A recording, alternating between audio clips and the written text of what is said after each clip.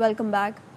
Peshawar high court نے سنی اتحاد council کی مخصوص نشستوں کی درخواستیں خارج کر دیں۔ عدالت نے کہا سیاسی جماعت کو مخصوص نشستیں مل سکتی ہیں، آزاد امیدواروں کو نہیں۔ مخصوص نشستیں انتخابات میں حصہ لینے والی جماعت کو دی جاتی ہیں، یہ نہیں کہ ایک سیاسی جماعت باہر بیٹھی ہو انتظار کرے کہ آزاد ارکان آ کر اسے جوائن کریں گے۔ پاکستان تحریک انصاف کا پشاور ہائی کورٹ کا فیصلہ سپریم کورٹ میں چیلنج کرنے کا اعلان۔ چیئرمین بیرسٹر گوہر کے اڈیالہ جیل میں بانی پی ٹی آئی سے ملاقات کے بعد گفتگو، کہا ہماری جیت کو ہار میں تبدیل کیا جا رہا ہے، اس غیر قانونی غیر آئینی اقدام سے بڑی بدامنی پھیلے گی، جو نتائج آ چکے ہیں ان کو ویسے ہی رہنے دیں، اگر کسی امیدوار کو اعتراض ہے تو متعلقہ فورم پر جائے۔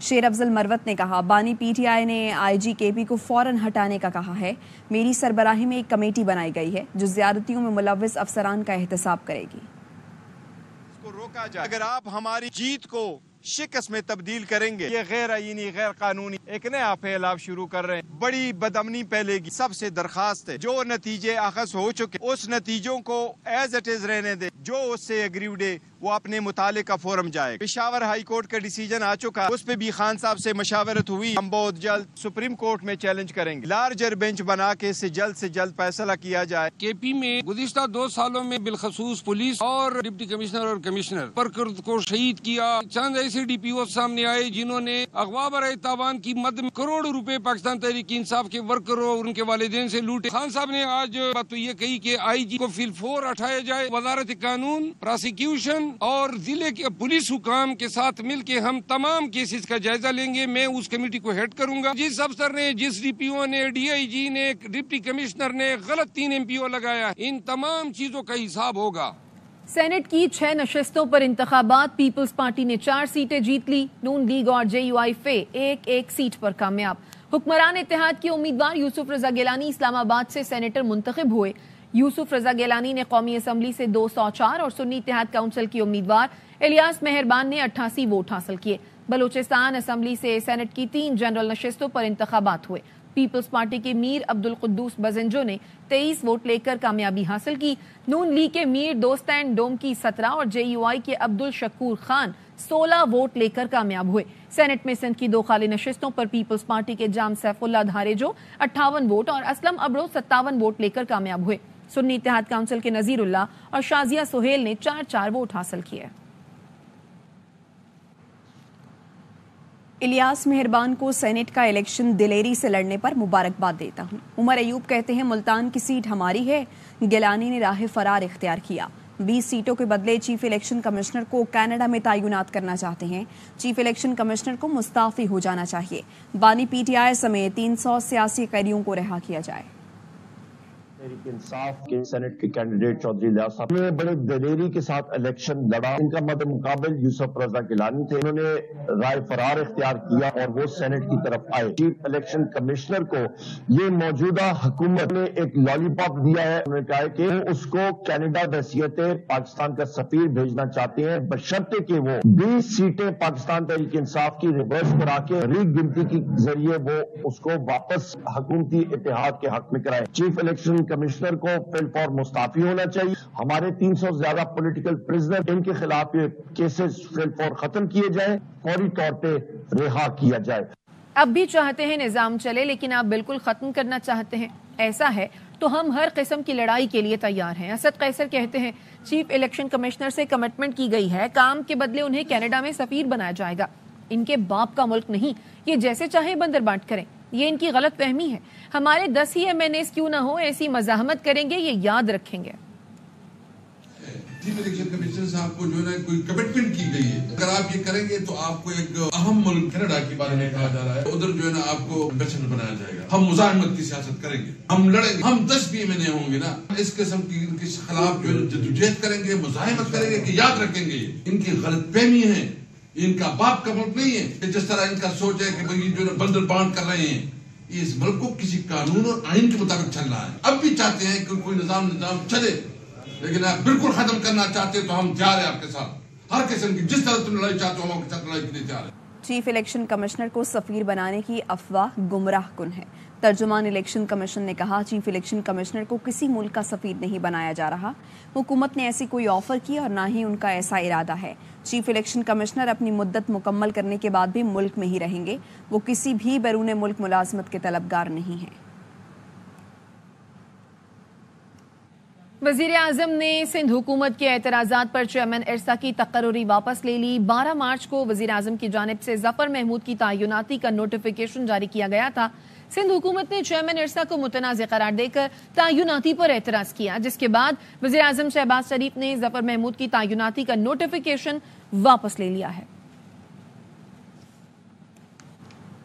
وزیر اعظم شہباز شریف کی زیر صدارت معیشت کی ترقی سے متعلق اجلاس ملکی معیشت کی ترقی کے لیے آئندہ 5 سال کا معاشی روڈ میپ میں پیش کیا گیا۔ مہنگائی میں کمی، غربت کی تخفیف اور روزگار کی فراہمی روڈ میپ کا حصہ ہیں۔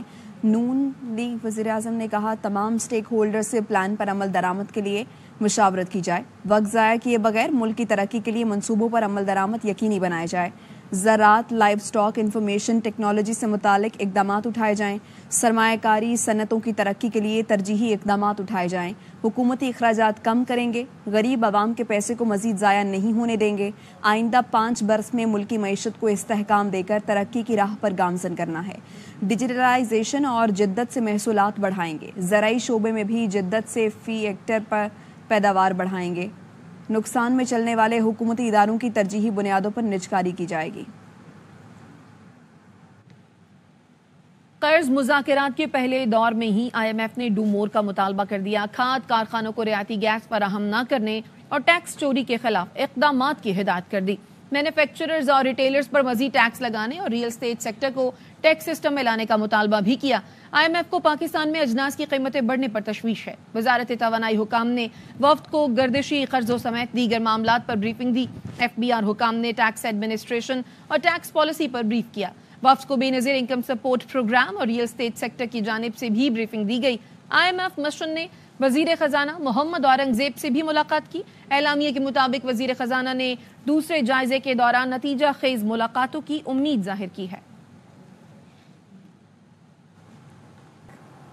P T I core committee نے بانی پی ٹی آئی کو جعلی مقدمات میں بغیر آئینی جواز پابندی سلاسل رکھنے کی مذمت کی ہے۔ بانی پی ٹی آئی کے مقدمات پر قانونی ٹیم نے کور کمیٹی کو تفصیلی بریف کیا۔ جاری اعلامیے میں کہا گیا ہے توشہ خانہ اور سائفر جیسے جھوٹے مقدمات میں اجلت میں سزائیں دی گئیں۔ بانی پی ٹی آئی کو انتقام کا نشانہ بنانے کے عزائم پوری طرح آشکار ہو چکے ہیں۔ P T I core committee نے بشرا بی بی کی صحت، زندگی کو لاحق خطرات، سیکیورٹی پر بھی تحفظات کا اظہار کیا۔ کور کمیٹی نے پنجاب کے مختلف حلقوں میں ووٹوں کی دوبارہ گنتی کے عمل کو غیر آئینی قرار دیتے ہوئے کہا تحریک انصاف کی نشستیں چھین کر غیر قانونی طور پر نون لیگ کو دی جا رہی ہیں۔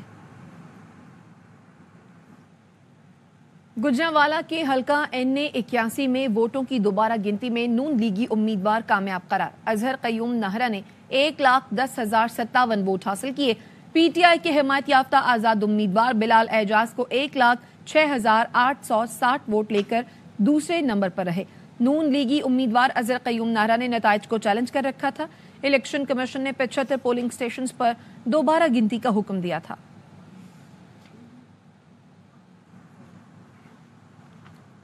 قیدیوں سے ملاقات پر پابندی انسانی حقوق کی خلاف ورزی ہے۔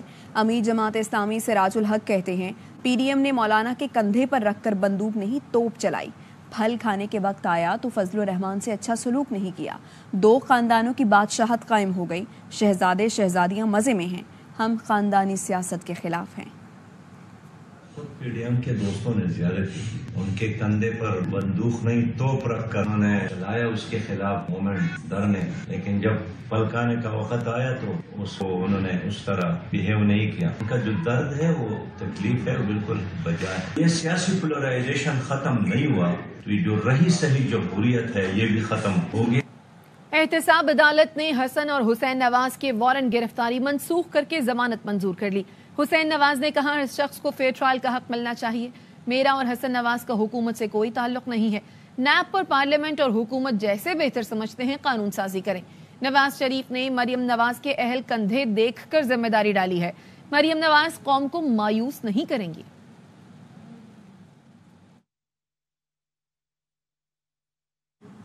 آگے بڑھیں اور آپ کو بتائیں کراچی کے علاقے نارتھ ناظم آباد سے گمشدگی کے بعد ملنے والے بھائی بہن بڑی خالہ کے سپرد عدالت میں پیشی پر ایان اور انابیہ نے نانی اور خالہ کی مار پیٹ اور نامناسب رویے کی شکایت کی. جوڈیشل مجسٹریٹ نے بچوں کو بڑی خالہ کے حوالے کرنے کا حکم دیا. والد کو کسٹڈی کے لیے متعلقہ عدالت سے رجوع کرنے کا حکم دے دیا. گورنر سندھ نے بچوں کی کفالت کرنے کا اعلان کیا ہے. سندھ حکومت کا آئندہ ہفتے سے منشیات فروشوں کے خلاف سخت کریک ڈاؤن کا فیصلہ. سینئر صوبائی وزیر شرجیل میمن نے محکمہ ایکسائز کے نارکوٹکس کنٹرول یونٹ کو مکمل فعال کرنے کی ہدایت کرتے ہوئے کہا منشیات نسلوں کو تباہ کر رہی ہے, اس کے خلاف مہم چلائی جائے گی. والدین جب بچوں کو اسکول بھیجے تو ان پر بھی نظر رکھیں. شرجیل میمن نے کہا ریڈ لائن بس کے کچھ ایشوز ہیں, جلد منصوبے کو دوبارہ شروع کریں گے. پنک بسوں کو بھی بڑھایا جائے گا. ہفتے سے سندھ بھر میں منشیات کے خلاف, منشیات فروشوں کے خلاف ایک کریک ڈاؤن کیا جا رہا ہے. منشیات کی لعنت نسلوں کو تباہ کری ہے. پیرنٹس سے بھی گزارش کروں گا کہ برائے مہربانی بچوں کو جب اسکول میں بھیجیں ان کی بھی ہیبٹس پہ تھوڑی نظر رکھیں. ریڈ لائن پہ کچھ ایشوز تھے, وہ ایشوز سندھ گورنمنٹ کی طرف سے نہیں تھے. بہت جلدی منصوبہ دوبارہ پازیٹیولی اور ایگریسولی چلے گا. پنک بسز کو بھی مزید بڑھایا جائے گا. راولپنڈی میں خوفناک آگ نے رمضان بازار کو جلا کر راکھ کر دیا. مصریال روڈ پر رمضان بازار میں لگی آگ نے 90% سٹال جلا دیے. لاکھوں روپے کا سامان جل گیا. فائر بریگیڈ کے عملے نے کئی گھنٹوں کی محنت سے آگ پر قابو پایا. ریسکیو حکام نے بتایا 11 ریسکیو فائر ٹینڈرز اور 30 سے زائد فائر فائٹرز نے آپریشن میں حصہ لیا. ابتدائی طور پر آگ لگنے کی وجہ معلوم نہیں ہو سکی.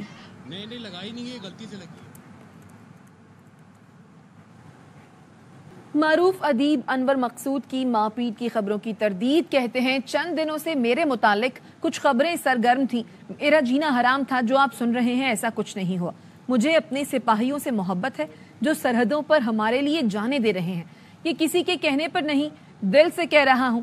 42 ٹویٹر اکاؤنٹ میری تصویر کے ساتھ چل رہے ہیں جو سب کے سب جعلی ہیں. بالکل ٹھیک ہوں. پچھلے دنوں کچھ خبریں سرگرم تھی, ان کی وجہ سے میرا جینا حرام ہو گیا تھا. جو کچھ آپ سن رہے ہیں وہ ہوا نہیں. میری عمر 84 برس ہے. میں تو ایک تھپڑ کے بعد ہی نہیں رہوں گا.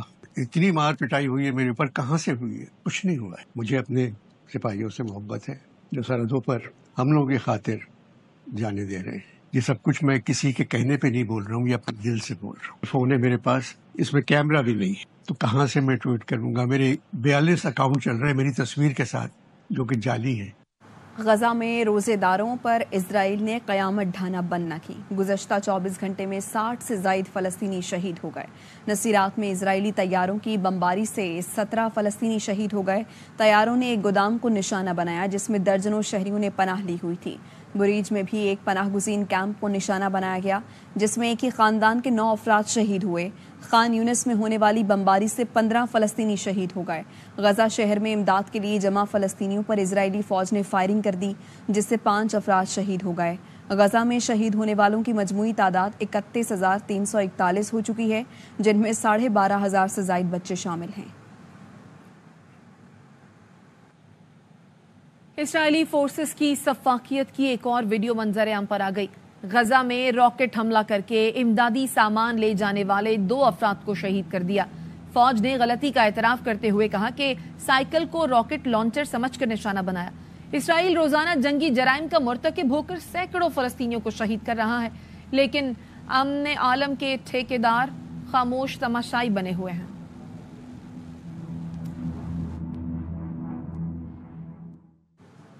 بحیرہ روم میں تارکین وطن کی کشتی حادثے کا شکار ہو گئی. 60 افراد ڈوب گئے. تارکین وطن لیبیا سے سمندر کے راستے اٹلی اور مالٹا پہنچنے کی کوشش میں جان سے گئے. اٹلی کوسٹ گارڈ نے انتہائی خراب حالت میں 25 افراد کو بچا لیا ہے. حادثے کے شکار افراد کی شناخت ابھی تک نہیں ہوئی. بہتر مستقبل کی آس میں مشکل راستوں سے غیر قانونی طور پر یورپ جانے والے ہر سال سینکڑوں افراد اپنی جان گنوا رہے ہیں. پاک بحریہ پی ایم ایس اے اور اے این ایف کا سمندر میں کاؤنٹر نارکوٹکس آپریشن اربوں روپے کی منشیات سمگل کرنے کی کوشش ناکام بنا دی. آپریشن میں 1200 کلو گرام چرس 300 کلو کرسٹل آئس ضبط کر لی گئی. Joint maritime information and coordination cell نے مشترکہ ٹیم تشکیل دی تھی جس نے آپریشن کرتے ہوئے کامیابی کے ساتھ منشیات کی بڑی مقدار ضبط کر لی. منشیات سمندر کے راستے بین الاقوامی مقامات تک پہنچائی جانی تھی. پکڑی گئی منشیات کی مالیت کا تخمینہ 10 کروڑ 70 لاکھ ڈالر ہے. منشیات مزید قانونی کارروائی کے لیے اے این ایف کے حوالے کر دی گئی ہے. تک کے لیے اتنا ہی. دیکھتے رہیے ARY نیوز.